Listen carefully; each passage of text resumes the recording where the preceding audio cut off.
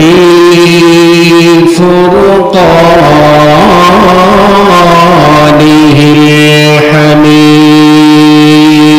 الحميد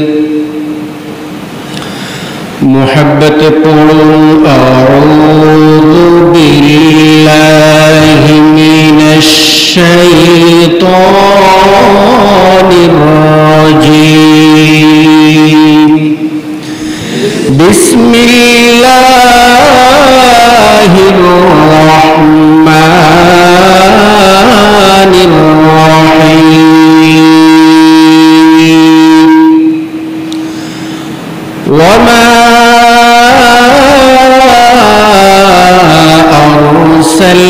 أرسلناك إلا رحمة للعالمين وقال النبي صلى الله عليه وسلم لا يؤمن أحدكم حتى أكون أحب إليه من والده وولده والناس أجمعين صدق الله العظيم وصدق رسوله النبي الكريم ونحن على ذلك لمن الشاهدين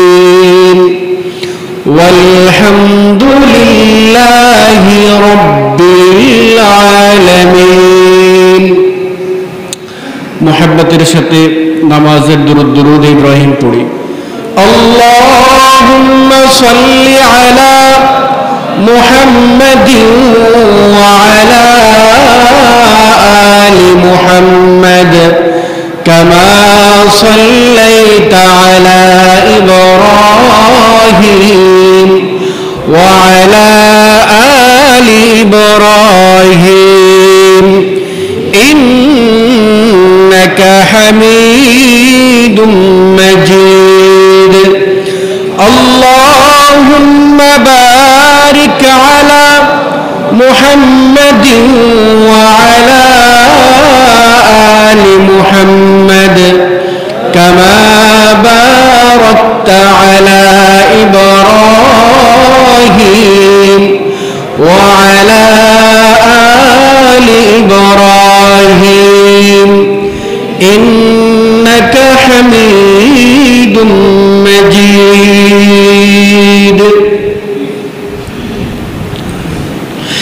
هو الحبيب الذي ترجى شفاعته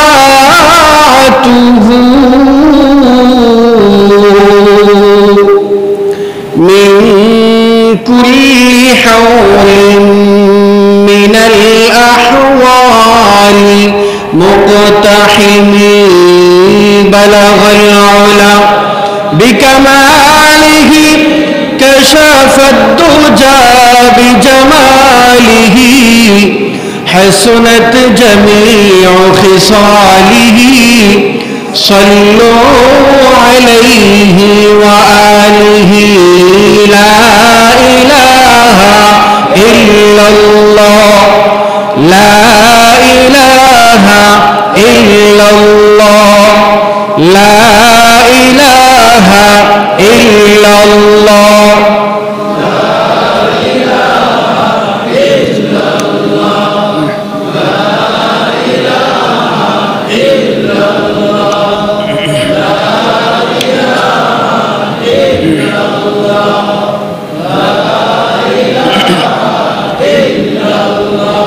لا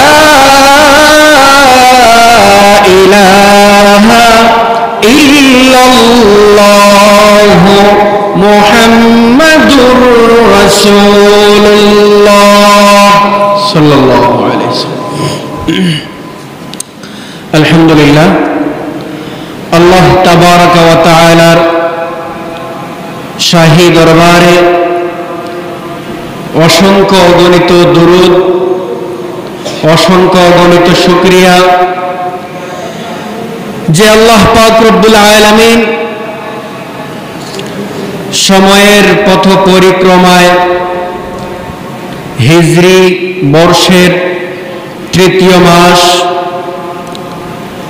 মুমিনদের জীবনে অত্যন্ত গুরুত্বপূর্ণ একটি মাস মাহে রবিউল আউয়ালের আজকে প্রথম তারিখ, প্রথম জুমায় আমাদের সবাইকে একত্রিত করেছেন। আল্লাহ পাক রব্বুল আলামিনের ফজল এবং করম থাকায় আমরা পৃথিবীর দুনিয়াবি সব ধরনের ঝামেলা থেকে ফারেগ হয়ে রাহমাতি বারাকাতি মুবারক জান্নাতি মজলিস, পৃথিবীর শ্রেষ্ঠ জায়গা মসজিদের মধ্যে একত্রিত হয়েছি জুমাকে সামনে রেখে। গত জুমায়ও পৃথিবীতে অনেক মানুষ ছিলেন, আজকে তারা নাই। গত জুমায়ও অনেক মানুষ সুস্থ ছিলেন, আজকে হসপিটালের বেডের মধ্যে রয়েছেন। আল্লাহ পাক রব্বুল আলামিন আমাদেরকে বা হায়াত সুস্থ অবস্থায় রেখেছেন। এই জন্য আমরা সকলেই অন্তরের অন্তঃস্থল থেকে মহান মালিকের শুকরিয়া জ্ঞাপন করছি। সকলে পড়ি আলহামদুলিল্লাহ। মুআজ্জাজ মুকাররম হাজিরিন, রবিউল আউয়াল মাস মুমিনদের জীবনে অত্যন্ত গুরুত্বপূর্ণ বার্তা বহন করে নিয়ে আসে। কারণ এই মাসেই বিশ্ব মানবতার মুক্তির দূত নবী মুহাম্মদুর রাসূলুল্লাহ সাল্লাল্লাহু আলাইহি ওয়াসাল্লাম এই পৃথিবীতে আগমন করেছেন। এই মাসেই তিনি তার জন্মভূমি, নিজের ঘর বাড়ি, আত্মীয় স্বজন সবাইকে ছেড়ে মক্কা থেকে মদিনায় হিজরত করেছেন। আবার 63 বৎসরের জিন্দেগির ইতিটা নিয়ে এই মাসেই তিনি ইন্তেকাল করেছেন। এজন্য রবিউল আউয়াল মাস থেকে নিয়ে 63 বৎসরের পরের রবিউল আউয়াল মাস পর্যন্ত পুরাটা জিন্দেগি হচ্ছে মুমিনের জন্য পথ নির্দেশিকা।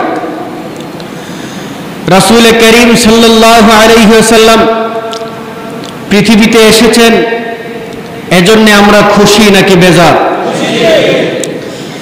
আল্লাহ পাক রব্বুল আলামিন তার হাবিবকে পৃথিবীতে পাঠিয়ে ঘোষণা করেছেন, পৃথিবীর শ্রেষ্ঠ মানুষ হিসেবে আমি তাকে পৃথিবীতে পাঠালাম। আর এই শ্রেষ্ঠ মানুষের অনুকরণ অনুসরণ যারা করবে, তার উম্মত হয়ে যারা পৃথিবীতে আসবে, এই নবীর পরে এই পৃথিবীতে তারাই শ্রেষ্ঠ উম্মত। সুতরাং আল্লাহ পাক রব্বুল আলামিন শ্রেষ্ঠ মানব, শ্রেষ্ঠ নবী, শ্রেষ্ঠ রাসূলের শ্রেষ্ঠ উম্মত হওয়ার সুযোগ দিয়েছেন। এতে আমরা খুশি নাকি বেজার? এজন্য খুশির আওয়াজে আবারও সকলে একবার আল্লাহর শুকরিয়া আদায় করি আলহামদুলিল্লাহ।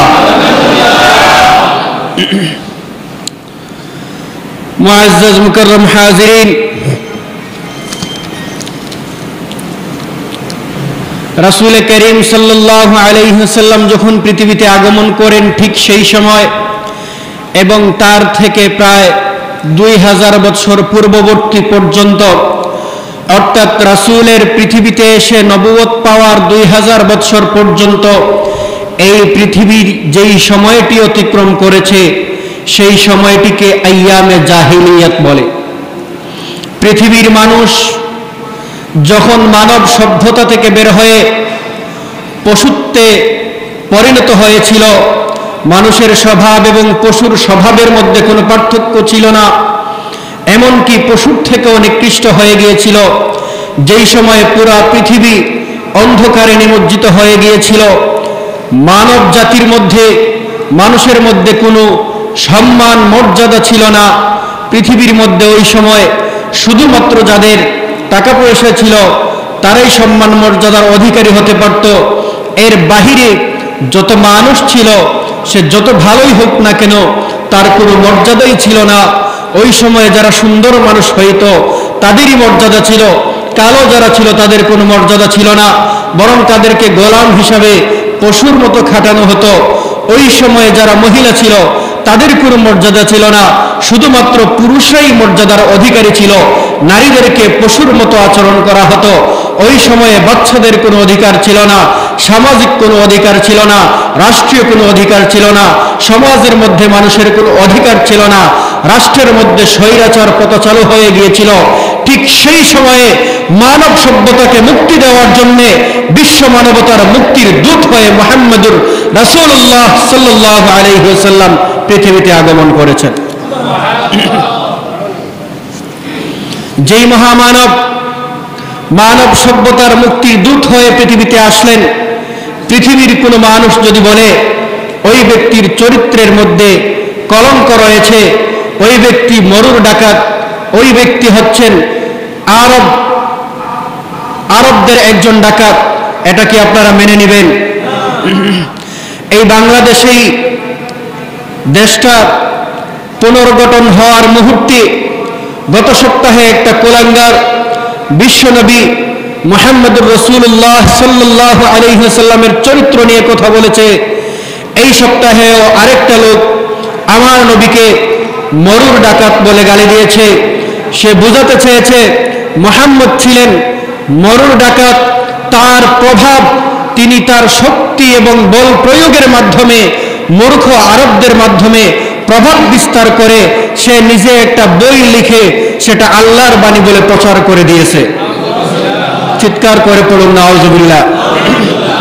এতে যদি এই কথা যদি কেউ বিশ্বাস করে তার ঈমান থাকবে? সুতরাং যেই ব্যক্তি সে নিজেকে প্রথমে মুসলমান দাবি করেছে, তারপরে বিশ্ব মানবতার মুক্তির দূত মুহাম্মদুর রাসূলুল্লাহকে গালি দিয়েছে, ওই ব্যক্তি কশিন কালেও মুসলমান হতে পারে না। বরং যার মাধ্যমে বিশ্ব মানবতা মুক্তি পেয়েছে তাকে যে গালি দিবে, মুসলমান তো নয়, মানুষও নয়, কুকুরের চাইতে নিকৃষ্ট সে। কারণ আল্লাহ পাক রব্বুল আলামিন বলেছেন, পৃথিবীর জমিনে যদি তোমরা মুক্তি পেতে চাও, পরকালে যদি তোমরা জান্নাত পেতে চাও, তাহলে দুনিয়ায় থাকা অবস্থায় আমার রাসূলের আদর্শকে অনুসরণ করো। আর রাসূলের আদর্শই হচ্ছে কোরআন। হযরত আয়েশা রাদিয়াল্লাহু তাআলা আনহাকে রাসূল করিম সাল্লাল্লাহু আলাইহি ওয়াসাল্লামের ইন্তেকালের পরে কিছু মুসাফির লোক এসে ওনাকে জিজ্ঞেস করলেন যে আমরা তো রাসূলকে দেখতে পেলাম না, আমরা জানি না উনি কেমন ছিলেন, আমরা জানি না ওনার চরিত্র কি ছিল, আপনি তো ওনার স্ত্রী ছিলেন, আপনি দীর্ঘ 18 বছর ওনার সাথে সময় যাপন করেছেন, আপনি আমাদেরকে একটু বলুন তার চরিত্র কেমন ছিল। তখন আয়েশা রাদিয়াল্লাহু তাআলা আনহা বলেছিলেন, খুলুকুহুল কোরআন, রাসূল করিম সাল্লাল্লাহু আলাইহি ওয়াসাল্লামের চরিত্র হচ্ছে কোরআন। কোরআনের মধ্যে যেমন কোনো কলঙ্ক নেই, পৃথিবীর কোন ব্যক্তি আজ পর্যন্ত কোরআনের মধ্যে যেমন ভুল করতে পারে নাই, ঠিক তেমনিভাবে আমার রাসূলের চরিত্রের মধ্যে কোনো কলঙ্ক নেই। কোন ব্যক্তি যদি রাসূলের চরিত্রের মধ্যে কলঙ্ক লেপন করার চেষ্টা করতে করে, বুঝে নিতে হবে সে আবু জেহেল থেকে অনেক নিকৃষ্ট ব্যক্তি। সুতরাং আয়েশা রাদিয়াল্লাহু আনহা বললেন, এই কোরআনটাই হচ্ছে রাসূলের জীবন আদর্শ। আল্লাহ বললেন, এই কোরআন অনুযায়ী তোমরা জীবন পরিচালনা করো। তারপরে যারা এটা করবে না তাদের সম্পর্কে আল্লাহ বলছেন, কাল আনাম, তারা চতুষ্পদ জন্তুর ন্যায়, বালহুম আদাল, বরং তার থেকে অনেক নিকৃষ্ট। সুতরাং যেই ব্যক্তি রাসূলকে গালি দিবে, আমরা বলতে চাই সে কুকুর, এমনকি কুকুর থেকে অনেক নিকৃষ্ট। প্রিয় হাজিরিন, রাসূল করিম সাল্লাল্লাহু আলাইহি ওয়াসাল্লামকে আজকে মুসলমানের বাচ্চা, মুসলমানের ঘরে জন্ম নিয়ে মুসলমানের নাম ধারণ করে গালি দেয়, অথচ একজন কাফের খ্রিস্টান মাইকেল এইচ হার্ট সে একটি বই লিখেছেন, 100 মনীষীর নাম নিয়ে এসেছেন। সেই বইয়ের মধ্যে পৃথিবীর জন্ম থেকে এই পর্যন্ত যত মহামনীষী, মহান পুরুষেরা জন্মগ্রহণ করেছেন, সেই খ্রিস্টান ব্যক্তি তার বইয়ের মধ্যে তিনি ভূমিকায় লিখেছেন, আমি 100 জনের জীবনী একত্রিত করে দেখলাম পৃথিবীর মধ্যে শ্রেষ্ঠ মানুষ হচ্ছেন মুহাম্মদ, সুতরাং আমি আমার গ্রন্থে মুহাম্মদের নামকে প্রথমে নিয়ে ঘোষণা করলাম তিনি মহামানবদেরও মহামানব। একজন খ্রিস্টান ঘোষণা দেয় তিনি মহামানবদের মহামানব, আর একজন মুসলমান যদি সেই রাসূলকে মরুর ডাকাত বলে, ওই মুসলমানের পৃথিবীতে থাকার কোনো অধিকার নাই। রাসূল বলছেন, মান সাব্বা নাবিয়ান ফাকতুলু, যেই ব্যক্তি রাসূলকে গালি দিবে তার শাস্তি একটাই, হত্যা করে দাও। সুতরাং ইসলামী রাষ্ট্র নাই, যেই রাষ্ট্রের যেই সরকার রয়েছে আমরা তার কাছে দাবি জানাতে চাই, আর যদি কোনো কুলাঙ্গার আমার রাসূলের চরিত্র নিয়ে কথা না বলতে পারেন, এই জন্য যারাই কথা বলেছেন তাদেরকে ধরে জনগণের সামনে পাথর নিক্ষেপ করে হত্যার আইন বাস্তবায়ন করুন। যদি একবার আইন বাস্তবায়ন হয়ে যায়, দ্বিতীয়বার বাংলাদেশের জমিনে কোনো ব্যক্তি আমার রাসূলকে গালি দিতে সাহস করবে না। মুআজ্জাজ মুকাররম হাজিরিন, সেই রাসূলের জীবনী নিয়ে আমরা কথা বলবো।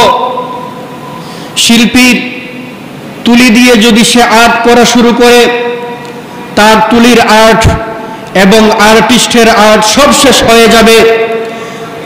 কোনো কণ্ঠশিল্পী যদি রাসূলের জীবনী নিয়ে গান বলা শুরু করে, তার কণ্ঠ শেষ হয়ে যাবে, গানের বাক্য শেষ হয়ে যাবে। এমনকি পৃথিবীর সমস্ত সমুদ্রের জলকে, পানিকে যদি কলম বানানো হয়, কালি বানানো হয়, সমস্ত পাহাড়ের বৃক্ষরাজি দিয়ে যদি কলম বানানো হয়, ওই কলমের কালি শেষ হয়ে যাবে। বিশ্ব নবীকে আল্লাহ যে আদর্শ দিয়েছেন, তাকে যেই জীবনে দিয়েছেন, যেই সৌন্দর্য দিয়ে সৃষ্টি করেছেন, তা বর্ণনা করে কোনো মানুষ শেষ করতে পারবে না। সেই মহান ব্যক্তি পৃথিবীতে এসেছেন এই রবিউল আউয়াল মাসে রাসূল করিম সাল্লাল্লাহু আলাইহি ওয়াসাল্লাম পৃথিবীতে আসলেন। পৃথিবীতে আসার পূর্বে পৃথিবী ছিল জাহেলিয়াতের অন্ধকারে নিমজ্জিত। রাসূল করিম সাল্লাল্লাহু আলাইহি ওয়াসাল্লাম পৃথিবীর শ্রেষ্ঠ মানব, শ্রেষ্ঠ নবী আল্লাহ পাঠাবেন, সাধারণ কোনো বংশে পাঠাবেন? রাসূল করিম সাল্লাল্লাহু আলাইহি ওয়াসাল্লামকে আল্লাহ পাক রব্বুল আলামিন ওই সময়ের পৃথিবীর শ্রেষ্ঠ গোত্র, শ্রেষ্ঠ বংশ, শ্রেষ্ঠ বংশের শ্রেষ্ঠ পুরুষের ঘরে জন্মদান করেছেন।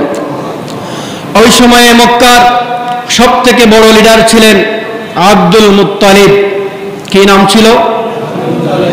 আব্দুল মুত্তালিব, নবীজি সাল্লাল্লাহু আলাইহি ওয়াসাল্লামের দাদা।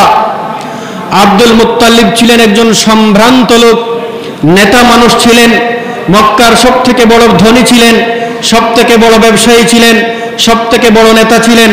এমনকি পৃথিবীতে আল্লাহর যেই ঘর রয়েছে মক্কায়, কাবা শরীফ, সেই কাবা শরীফের মোতাওয়াল্লিও ছিলেন। আব্দুল মুত্তালিব তিনি কাবা শরীফের মোতাওয়াল্লি। যিনি নেতা হয় তার দায়িত্ব হয় তার বড় নেতা যারা রয়েছেন বা যারা রাষ্ট্র পরিচালনায় থাকেন তাদের কাছে গিয়ে এলাকার জনগণের দুঃখ দুর্দশা, প্রয়োজন অপ্রয়োজন উপস্থাপন করা। যেমন আমরা দেখতে পাই সংসদের মধ্যে বা সিটি কর্পোরেশনের কাউন্সিলররা মেয়রের কাছে গিয়ে আবেদন করেন যে আমার এলাকায় একটা রাস্তার প্রয়োজন, ড্রেনের প্রয়োজন, ব্রিজের প্রয়োজন, পানির লাইনের প্রয়োজন। এইভাবে নেতাদের কাজ হলো বড় নেতার কাছ থেকে কিছু নিয়ে আসা। ঠিক তেমনিভাবে আব্দুল মুত্তালিব দুনিয়ার নেতা ছিলেন। তিনি কাবা শরীফের মোতাওয়াল্লি থাকা অবস্থায় হঠাৎ একবার জমজম কূপের পানি বন্ধ হয়ে যায়। জমজম কূপের পানি বন্ধ হয়ে যাওয়ার পরে অনেক দিন চলে যাচ্ছে, পানি আসতেছে না। এদিকে অত্র এলাকার মক্কার বাসিন্দা যারা ছিলেন তাদের কাছে যেই পরিমাণ পানি ছিল ওই পানিও শেষ হয়ে যাচ্ছে। এই মুহূর্তে যদি জমজম কূপের পানি চালু না হয় তাহলে মক্কার মানুষেরা পানি না খেয়ে মারা যাবে। পানির অভাবে সমস্ত মানুষ মারা যাবে। কারণ মরুর দেশ, এখনের মতো আগের এত সুন্দর পরিবেশও ছিল না। তিনি মহা চিন্তায় পড়ে গেলেন। অনেক চেষ্টা করলেন, অনেক মানুষ লাগালেন, অনেক জায়গা খুঁড়লেন, কিন্তু পানির কোনো অস্তিত্ব পাওয়া গেল না। সর্বশেষ নবীজির দাদা শ্রেষ্ঠ নেতা ওই সময়ের আব্দুল মুত্তালিব কাবা শরীফের দরজায় গিয়ে দুই হাত ধরে দাঁড়িয়ে গেলেন। কাবার দরজায় দাঁড়িয়ে আল্লাহর কাছে দোয়া করা শুরু করে দিলেন, ওগো আল্লাহ, এই মুহূর্তে জমজম কূপের পানি বন্ধ হয়ে গিয়েছে। জমজম কূপের পানি যদি চালু না হয়, মক্কার মানুষেরা পানি পান ছাড়া, পানির অভাবে সবাই মৃত্যুবরণ করবে, সবাই মিছিল চালু করে দিবে। আমি কাবা শরীফের মুতাওয়াল্লি, আমি মুতাওয়াল্লি থাকা অবস্থায় পানি নাই, আমার মুতাওয়াল্লিগিরিও থাকবে না। ওগো আল্লাহ, এই ঘর তোমার, এই জমজম কূপ চালু করেছো তুমি কুদরতি ভাবে, সুতরাং আমি চাইলাম তুমি কুদরতি ভাবে আবার জমজম কূপের পানিকে চালু করে দাও। আব্দুল মুত্তালিব দোয়া করতেছেন, কিন্তু তাকাইয়া দেখেন জমজম কূপের পানি চালু হচ্ছে না। তিনি দোয়ার মধ্যে এবার ওসিলা করলেন, আল্লাহ পাক রব্বুল আলামিনকে বলতে লাগলেন, ওগো মাবুদ, আমি আপনার সাথে ওয়াদা করলাম, আপনি এই মুহূর্তে যদি জমজম কূপের পানি চালু করে দেন, আমার সন্তানদের মধ্য থেকে একটি সন্তানকে নিজ হাতে জবাই করে কোরবানি দিয়ে দেব। আব্দুল মুত্তালিব এই দোয়া যখন করলেন, দোয়া করার পরে তিনি যখন জমজম কূপের দিকে ফিরে তাকালেন, ফিরে তাকিয়ে দেখলেন ঝরনার পানির নিয়ায় জমজম কূপ ভরে পানি বের হওয়া শুরু হয়ে গিয়েছে। আব্দুল মুত্তালিব মক্কায় ঘোষণা করলেন, জমজম কূপের পানি চালু হয়ে গিয়েছে, তোমাদের যাদের পানির প্রয়োজন আছে পানি নিয়ে যাও। এই ঘোষণা দিয়ে তিনি বাসায় চলে গেলেন। তার খেয়াল থেকে চলে গেল কোরবানি দেওয়ার কথা তিনি বলেছিলেন। এইভাবে তিনি ঘুমিয়ে পড়লেন। ঘুমের মধ্যে স্বপ্নে দেখেন একজন লোক এসে আব্দুল মুত্তালিবকে বলতেছেন, আব্দুল মুত্তালিব, তোমার জমজম কূপের পানি কি চালু হয় নাই? আব্দুল মুত্তালিব বলেন, অবশ্যই পানি চালু হয়ে গিয়েছে। ও আব্দুল মুত্তালিব, পানি যেহেতু চালু হয়ে গিয়েছে, তাহলে তুমি যে ওয়াদা করেছিলে তুমি তোমার একটি সন্তানকে কুরবানি করবা, এখন পর্যন্ত তুমি কেন কুরবানি করো নাই? তুমি যদি তোমার একটি সন্তানকে কুরবানি না করো, এই জমজম কূপের পানি পুনরায় বন্ধ হয়ে যাবে।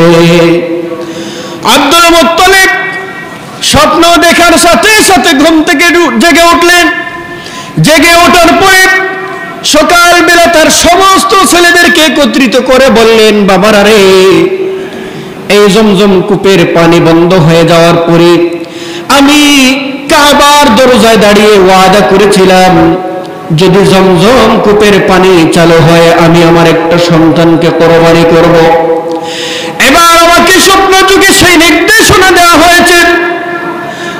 এখন আমি তোমাদের মধ্য থেকে যে কাউকে অবশ্যই কোরবানি করতে হবে। আমি তো কারো নাম বলি নাই, তোমরা বলো তোমাদের মধ্য থেকে কে কোরবানি হওয়ার জন্য প্রস্তুত রয়েছে? আব্দুল মুত্তালিবের সমস্ত সন্তানেরা এক বাক্যে বলে উঠল, তুমি তোমার ওয়াদা করেছো, সে বিষয়ে তুমি জানো, আমরা তোমার ওয়াদা পূরণের জন্য নিজেদের জীবন দিয়ে দিব, তা হতে পারে না। এই বলে সবাই চলে গেল। কিন্তু আব্দুল মুত্তালিব লক্ষ্য করলেন, তার সব থেকে ভালো, সম্ভ্রান্ত, ভদ্র, সুন্দর, সৎ চরিত্রের অধিকারী যেই ছেলেটা রয়েছেন, অত্যন্ত নম্র, ভদ্র, ঠান্ডা মেজাজের ছেলে আব্দুল্লাহ দাঁড়িয়ে বললেন, বাবা, তুমি ওয়াদা করেছো মানুষের কল্যাণে পানি চালু হয়ে গিয়েছে, তোমার সব সন্তানও যদি তোমার কথা না মানে, আমি আব্দুল্লাহ প্রস্তুত রয়েছে, তুমি তোমার ওয়াদা পালনের জন্য আমাকে আমাকে কুরবানি করে দিতে পারো, আমি রাজি রয়েছি, আমি তোমাকে বাধা দেব না। এবার আব্দুল মুত্তালিব আব্দুল্লাহকে কুরবানি করার জন্য প্রস্তুত করতেছেন। এই খবর মক্কার মধ্যে ছড়িয়ে পড়ল। যখনই তিনি জমজম কূপের কিনারে নিয়ে গেলেন আব্দুল্লাহকে, আব্দুল্লাহ হচ্ছেন নবীজির পিতা। জমজম কূপের পাড়ে নিয়ে যাওয়ার পরে হঠাৎ দেখলেন অনেক কয়েক শত লোকের একটি মিছিল নিয়ে লোকেরা জমজম কূপের দিকে আসতেছে। বলতেছে, আব্দুল মুত্তালিব সাবধান, যদি আব্দুল্লাহর চল পরিমাণ ক্ষতি হয়ে যায়, আব্দুল্লাহকে যদি তুমি কুরবানি করে ফেলো, এই মক্কার জমিনে আমরা আগুন তুলে ফেলব। আব্দুল মুত্তালিব বললেন, তোমরা কারা রে? কোথায় থেকে এসেছো? আমার সন্তান আমি কুরবানি করব, তোমাদের কথা বলার অধিকার কে দিয়েছে? তারা বললেন, ও আব্দুল মুত্তালিব নেতা সাহেব শুনেন, আমরা হচ্ছি বণিক সমিতির লোকেরা, ব্যবসায়ী কাফেলার লোকেরা। আপনি আপনার ছেলে আব্দুল্লাহকে জন্ম দিয়েছেন ঠিক, কিন্তু আপনি জানেন না আব্দুল্লাহর ভিতরে কি রয়েছে। আমরা যখন সিরিয়ায়, ইয়ামেনে, শামের দেশের মধ্যে ব্যবসার জন্য রওনা হওয়ার সময় আমরা প্রত্যেকে আব্দুল্লাহকে দেখে যাই, আব্দুল্লাহর সাথে কথা বলে যাই। যতবার আমরা এইটা করেছি প্রত্যেকবার কয়েক গুণ প্রফিট নিয়ে আমরা ফিরে এসেছি। সুতরাং আমাদের মধ্য থেকে তোমার যাকে পছন্দ হয় তাকে কোরবানি দিয়ে দাও, তবুও আমরা আব্দুল্লাহকে কোরবানি করতে দেব না। এবার আব্দুল মুত্তালিব চিন্তায় পড়ে গেলেন, আল্লাহর নির্দেশনা হলো কোরবানি দিতেই হবে। এদিকে মিছিল সহকারে লোকেরা নিয়ে আসছে তাদের কাউকে কোরবানি দেওয়ার জন্য। চিন্তায় পড়ে গেলেন তিনি, চিন্তা করে ভাবনায় পড়ে গেলেন। এমন সময় দেখতে পেলেন মেয়েদের আর একটি মিছিল চলে আসতেছে তার দিকে। ওরা বলতেছে, ওই সময়ে মক্কার আরেকজন লিডার, তার মেয়ে মারিয়ামের নেতৃত্বে মিছিল আসতেছে। ওরা বলতেছে, আব্দুল্লাহকে কোরবানি করা যাবে না, আপনি আমাদের মধ্য থেকে যাকে ভালো মনে করেন কোরবানি করে দেন, তবুও আব্দুল্লাহকে কোরবানি করতে পারবেন না। আমরা এতদিন পর্যন্ত কেউ কাউকে কোনোদিন বলি নাই, এতদিন পর্যন্ত আমরা কেউ বিয়ে করি নাই। এই মক্কার মধ্যে সব থেকে সুন্দর, সব থেকে আদর্শবান ছেলে হচ্ছেন আব্দুল্লাহ। এই আব্দুল্লাহকে বিয়ে করার বাসনা নিয়ে আমরা বেঁচে আছি। আপনি যদি আব্দুল্লাহকে কোরবানি করেন আমাদের বাসনা পূরণ হবে না। সুতরাং আমাদের মধ্য থেকে কাউকে কোরবানি করেন, আব্দুল্লাহকে কোরবানি করা যাবে না। এবার আব্দুল মুত্তালিব মহা সমস্যায় পড়ে গেলেন। তিনি একজন আলেমের কাছে চলে গেলেন। ওই সময়ের একজন পণ্ডিত আলেমকে গিয়ে ঘটনা বর্ণনা করলেন। ওই পণ্ডিত আলেম তাকে বললেন, ভাই আব্দুল মুত্তালিব শুনেন, একটি সাদা কাগজের মধ্যে আপনি আব্দুল মুত্তালিবের নাম, আব্দুল্লাহর নাম লিখবেন, আরেকটি সাদা কাগজের মধ্যে 100 উট লিখবেন। লেখার পরে একটা নাবালেগ অবুঝ বাচ্চার হাতে দিয়ে লটারি করবেন। লটারির মধ্যে যেইটা আসবে আপনি ওইটাই কুরবানি করতে হবে। এবার আব্দুল মুত্তালিব বললেন, ভাই আপনি আমাকে বাঁচিয়েছেন। এই বলে তিনি বাড়িতে এসে 2টা কাগজ নিয়ে লটারি করলেন। একবার দুইবার নয়, 99 বার লটারি করেছেন। প্রতিবারে শুধুমাত্র আব্দুল্লাহর নামটাই ভেসে ওঠে। এবার তিনি চিন্তায় পড়ে গেলেন, সিদ্ধান্ত নিয়ে নিলেন আর লটারি করবেন না, আব্দুল্লাহকে কোরবানি দিয়ে দিবেন। তখনই সবাই বলে উঠল, হে আব্দুল মুত্তালিব, আরো একটা বার আপনি চেষ্টা করুন, লাস্ট বারে যদি আব্দুল্লাহর নাম চলে আসে আপনি কোরবানি করে ফেলবেন, আমাদের কোনো বাধা থাকবে না। সবার অনুরোধের ভিত্তিতে আব্দুল মুত্তালিব শেষ সময়ে এসে আবার লটারি টানলেন। এবার সকলের আশা পূরণ এসে 100 উট কুরবানির নামটি চলে এসেছে। সবাই খুশি হয়ে গেল। আব্দুল্লাহ 100 উট কুরবানি করলেন, আব্দুল মুত্তালিব 100 উট কুরবানি করলেন। আব্দুল্লাহ বেঁচে গেলেন। বেঁচে যাওয়ার পরে আব্দুল মুত্তালিব এবার আব্দুল্লাহকে নিয়ে আব্দুল মুত্তালিব ব্যবসায় যান, শামের উদ্দেশ্যে, সিরিয়ার উদ্দেশ্যে ব্যবসা করতে যান। ব্যবসা করেন, আবার চলে আসেন। এভাবে চলতে থাকলো। একবার তিনি আব্দুল্লাহকে নিয়ে আবার শামের উদ্দেশ্যে রওনা হলেন। রওনা হওয়ার সময় প্রতিমধ্যে খাসামি নামক জায়গায় তারা খাসামি নামক জায়গার মধ্যে বিরতি দান করলেন, কাফেলার বিরতি দান করলেন। বিরতি দান করার সময় সবাই লক্ষ্য করে দেখলেন তাদের এই কাফেলা একটা মরুভূমিতে বিরতি দিয়েছে। ওইখানের মধ্যে কোনো গাছপালা নাই, তাবু টাঙ্গানো হয়েছে। মনে হয় যেন তাবু ফেটে সূর্য ভিতরে চলে আসতেছে। এই সময় যখন আব্দুল্লাহ তাবুর ভিতরে ঢুকলেন, সবাই দেখলো একটি মেঘখণ্ড এসে তাদেরকে ছায়া দিচ্ছে। সবাই আশ্চর্য হয়ে গেল।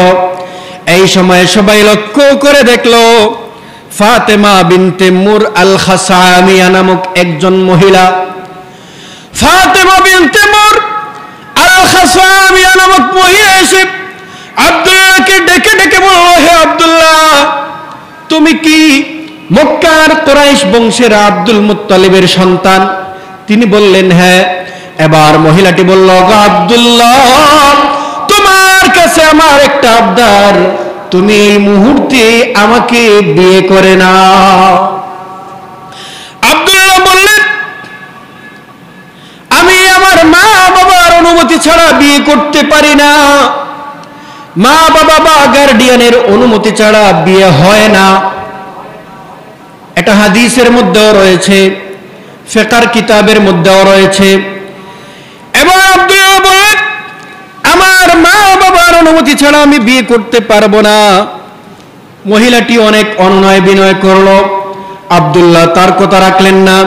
তিনি চলে গেলেন সিরিয়ায়। সিরিয়ায় যাওয়ার পরে ব্যবসা বাণিজ্য করে তার পিতার একজন বন্ধু ছিলেন। ওই সময়ে ওই দেশের উনিও নেতা ছিলেন আব্দুল ওয়াহাব। উনিও নেতা ছিলেন। ওনার ঘরে ওনারা রাত্রি যাপন করলেন। রাত্রি যাপন করার সময় হঠাৎ একদিন দেখতে পেলেন আব্দুল্লাহর বাবা আব্দুল মুত্তালিব সুন্দরী একটি মেয়ে তাদের ঘরের ভিতরে হাঁটাচলা করে। এবার তিনি তার বন্ধুকে বললেন, বন্ধু, তোমার ঘরের ভিতরে সুন্দরী একটি মেয়ে হাঁটাচলা করে, মেয়েটা কে হতে পারে? এবার বন্ধু বললেন, অবন্ধু, দীর্ঘদিন পর্যন্ত তুমি তোমার ছেলেকে নিয়ে আমার বাড়িতে আসা যাওয়া করো। আমি দীর্ঘদিন থেকে স্বপ্ন লালন করেছি আমার এই মেয়েটাকে তোমার ছেলে আব্দুল্লাহর সাথে বিয়ে দিয়ে দেব। এবার বন্ধু বললেন, আমার মেয়ের নাম হলো আমেরা। তুমি যদি রাজি থাকো, আজকে সন্ধ্যার ভিতরেই আমরা বিয়ের কাজ সম্পাদন করে দেব। কথা মতো কাজ হয়ে গেল। আমিনার সাথে ওই সময়ের ওই দেশের সব থেকে বড় ধনী, সব থেকে সম্ভ্রান্ত, সব থেকে ভদ্র ব্যক্তির মেয়ে, সব থেকে সম্ভ্রান্ত মেয়ে আমিনার সাথে মক্কার সব থেকে সম্ভ্রান্ত ছেলে আব্দুল্লাহর বিয়ে হয়ে যায়। বিয়ে হয়ে যাওয়ার পরে তারা কয়েকদিন একসাথে থাকলেন। ওই সময় মা আমিনার ঘরে আমাদের নবী মুহাম্মদুর রাসূলুল্লাহ সাল্লাল্লাহু আলাইহি ওয়াসাল্লাম তার রেহেমের ভিতরে আগমন করলেন। এবার তারা ফিরতেছেন মক্কার পথে, সাথে আমিনা রয়েছেন। আবারও সেই খাসামি নামক জায়গায় এসে যাত্রা বিরতি দিলেন।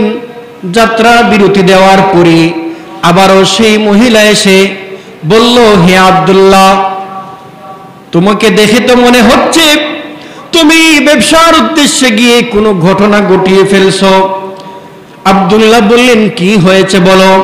এবার মহিলা বলতেছে, আমি চেয়েছিলাম আগে তোমাকে বিয়ে করব, কিন্তু এখন আর তোমাকে বিয়ে করব না। এবার আব্দুল্লাহ বললেন, কেন? মহিলা বলল, হে আব্দুল্লাহ শোনো, আমার বাবা একজন ইহুদি পণ্ডিত, ইহুদি ধর্মের একজন বড় আলেম। আমার বাবা ইহুদি ধর্মের কিতাব পড়তো আর আমাকে বুঝাইতো।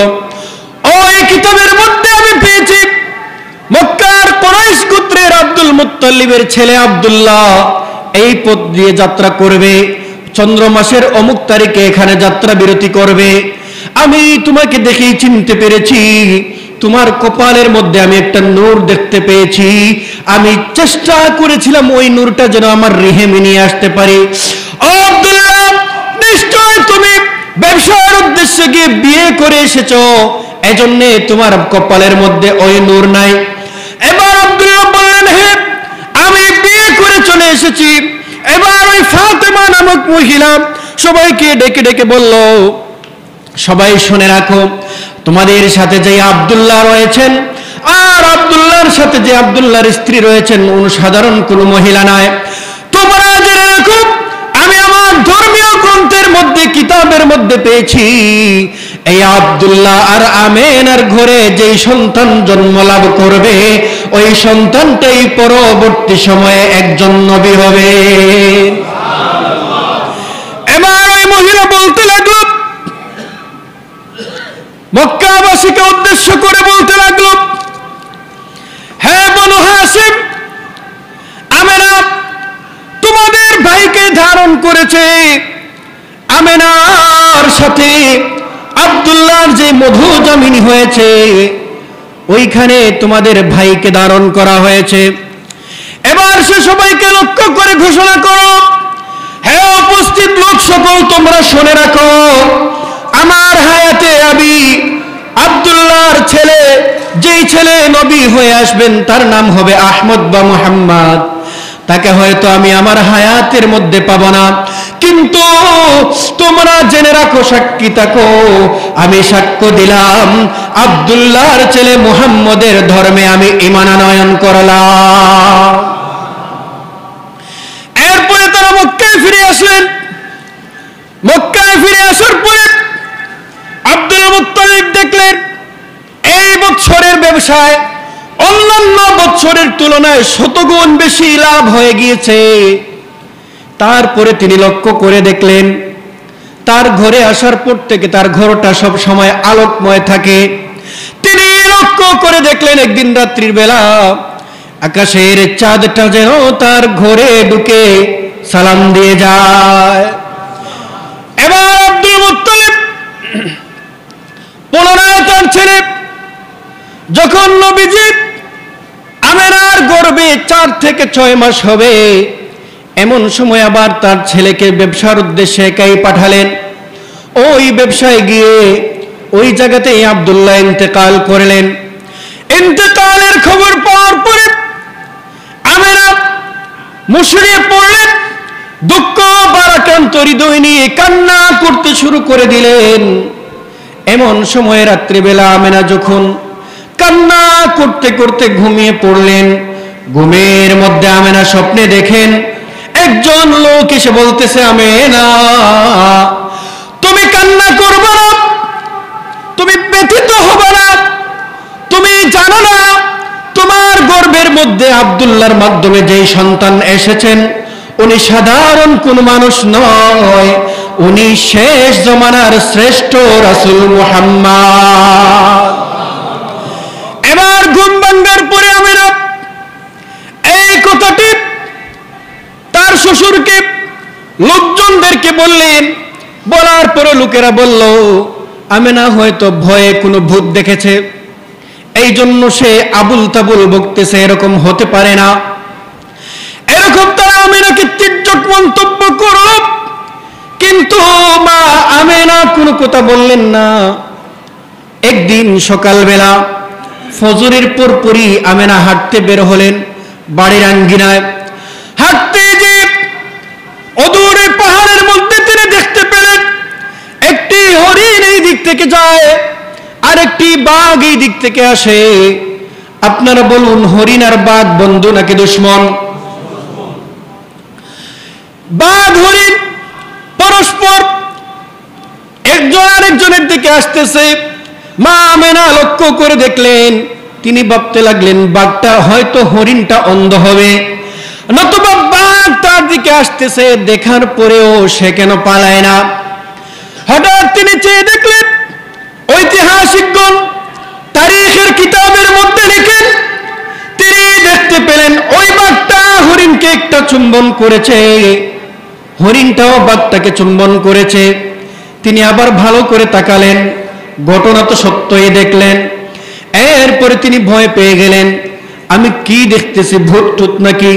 তিনি ফিরে আসবেন, এমন সময় বাঘ আর হরিণ ডেকে বলে, মা আমেনা, তুমি ভয়ও পাবা না, সামনের দিকেও যাবা না, এখানে দাঁড়াও, আমরা আসি। আল্লাহ বাঘ হরিণের জবান খুলে দিয়েছেন, তারা দুইটা একসাথে মা আমেনার পায়ে এসে চুম্বন করলো। মা আমেনা বললেন, হে বাঘ আর হরিণ, পৃথিবীর জমিনে আমরা জানি তোমরা একজন আরেকজনের দুশ্মন। বাঘ যখনই হরিণকে পায়ে খেয়ে ফেলে, কিন্তু আজকে তোমরা না খেয়ে চুম্বন করলা, আমার পায়েই বা কেন চুম্বন করলা? এবার দুইজন একসাথে বলে উঠলো, গো মা আমেনা, আপনি জানেন না আপনাকে কেন আমরা চুম্বন করেছি? আপনি শুনে রাখুন, আপনি সাধারণ কোন মহিলা নয়, আমরা আপনাকেও চুম্বন করি নাই, সালাম আপনাকে করি নাই, কিন্তু আপনার গর্ভে যেই সন্তানটি রয়েছেন তিনি হচ্ছেন আখিরি জমানার নবী, রাহমাতাল লিল আলামিন। আমরা, তুমি যখন ঘর থেকে বের হয়ে দিকে আসছো, তোমার থেকে এমন একটা জান্নাতি সুঘ্রাণ বের হওয়া শুরু হয়েছে। ওই সুঘ্রাণ পাওয়ার সাথে সাথে আমরা বুঝে ফেলেছি তুমি হচ্ছ সেই নবী মুহাম্মদুর রাসূলুল্লাহর মা, তোমার গর্ভে নবী মুহাম্মদ রয়েছেন। এজন্য আমরা সেই সুঘ্রাণের বরকতে দুশ্মনী ভুলে গিয়ে পরস্পরে বন্ধুতে পরিণত হয়ে গিয়েছি। এবার মা আমেনা একই ঘটনা আবার কি বললেন? সবাই তাকে পাগল বলল, কেউ তার কথা বিশ্বাস করলো না। কিন্তু মহিলারা, যারা আশপাশের মহিলা রয়েছেন, তারা দেখতে পেল কিন্তু আমেনা যেদিকেই যায় তার শরীর থেকে ঘ্রাণ বের হয়, যেদিকেই যায় একটা ঘ্রাণ বের হয়। এবার তারা ষড়যন্ত্র শুরু করলো, আমেনা তো বিধবা হয়ে গিয়েছে, তাকে তার শ্বশুর শাশুড়ির কাছে খারাপ বানাতে হবে। তারা আব্দুল মুত্তালিবকে এবং ওনার শাশুড়ির কাছে গিয়ে বলল, আপনার ছেলে আব্দুল্লাহর বিধবা স্ত্রী আমেনা, মেয়েটা তো ভালো না, এই মেয়েটার চরিত্রবান। কোন মহিলার, ওই যুগে ইসলাম না থাকলেও মহিলারা সুগন্ধি ব্যবহার করে বাহিরে যেত না, ইসলাম এটাকে এখনো নিষিদ্ধ করেছে। তারা বলতেছে একটা নিষিদ্ধ কাজ সুগন্ধি ব্যবহার করা, তার উপরে সে বিধবা, তোমার ছেলের মুখে চুনকালি দিয়ে ওই মহিলা সুগন্ধি ব্যবহার করে বাহিরে যায়। আব্দুল মুত্তালিব বললেন, আমিও লক্ষ্য করে দেখেছি, আমার পুত্রবধূর শরীর থেকে একটা ঘ্রাণ বের হয়। এবার শাশুড়ি বললেন, সেই ঘ্রাণটা তো আমিও পাই, কিন্তু কি হতে পারে? এবার আমেনাকে ডাকা হলো। মা আমেনা বললেন, বাবা মা, তোমরা শুনে রাখো, কারো কোথায় তোমরা আমাকে সন্দেহ করবা না। তোমাদের ছেলে ইন্তেকালের খবর পাওয়ার পর থেকে আজ পর্যন্ত আমি কোন সুগন্ধি ব্যবহার করি নাই, আমার শরীরে কোনো তেলও ব্যবহার করি নাই, ভালো কোনো জামাও আমি পরি নাই। কিন্তু যেই দিন থেকে আপনার সন্তানের সাথে আমার মধুজামিনী হয়েছে, আপনাদের সন্তানের সন্তান অর্থাৎ আপনাদের নাতি আমাদের পেটের মধ্যে এসেছে, আমি লক্ষ্য করে দেখেছি ওই দিন থেকে আমার প্রতিটি নিঃশ্বাসের সাথে পেট থেকে সুঘ্রাণ বের হতে থাকে। তারাও দেখলেন কোথায় যুক্তি আছে, সুগন্ধিটা শরীরে নয়, পেটের ভিতর থেকে গানে বাতাসের সাথে আসতেছে। তারা বিশ্বাস করলেন মা আমেনার এই মর্যাদা, মা আমেনার কারণে হয় নাই, পেটের ভিতরের যে জিনিসটা রয়েছে তার কারণে হয়েছে। এরপরে আমেনা যখন পানি তুলতে কূপের মধ্যে যাইতেন, রশি টানতে টানতে কূপের নিচ থেকে পানি তুলতে হতো, মহিলারা পানি তুলতে হতো। কিন্তু লক্ষ্য করে দেখা যায় যখনই মা আমেনা কূপের মধ্যে পানি আনতে যায়, সবাই আশ্চর্য হয়ে লক্ষ্য করে কূপের নিচ থেকে দড়ি টেনে পানি তোলা লাগে না। যখনই পানির প্রয়োজন হয়, মহল্লার মেয়েরা আব্দুল মুত্তালিবকে বলে, তোমার পুত্রবধূকে আমাদের সাথে দাও, পানি আনতে যাব। তিনি বললেন, কেন, আমার পুত্রবধূকে তোমাদের কি প্রয়োজন? এবার মহল্লার মানুষেরা বলল, আব্দুল মুত্তালিব আপনি জানেন না, আপনার পুত্রবধূ আমেনাকে নিয়ে যখন আমরা কূপের কিনারে যাই, কূপের নিচ থেকে আর আমাদের পানি কষ্ট করে তুলতে হয় না, উনি যখনই দাঁড়ায় সাথে সাথে কূপ ভরে পানি বের হতে থাকে। এরপরে রাসূল করিম সাল্লাল্লাহু আলাইহি ওয়াসাল্লামের জন্মের সময় যখন চলে আসলো, রাসূল করিম সাল্লাল্লাহু আলাইহি ওয়াসাল্লাম যখন জন্মগ্রহণ করবেন, এমন সময় মা আমেনা লক্ষ্য করে দেখেন একজন লোক এসে উনি সজাগ অবস্থায় ওনাকে এসে বলতেছেন, তাসবিহ হাতে, জুব্বা দাড়িওয়ালা একটা লোক এসে বলতেছেন, মা আমেনা তোমার ডেলিভারির সময় হয়ে গিয়েছে, তুমি ভয় পাবে না, ভয় পাওয়ার কোনো কারণ নাই, তোমার পেটে যে সন্তান রয়েছে তুমি নিজের দিকে লক্ষ্য করে দেখো, আজ পর্যন্ত তোমার পেট বড় হয় নাই, আজ পর্যন্ত তোমার পেটে ব্যথা হয় নাই, যেইভাবে এইগুলা হয় নাই ঠিক তেমনি ভাবে কোনো ব্যথা বেদনা মুক্ত ভাবে সেই মহামানবের জন্ম হবে।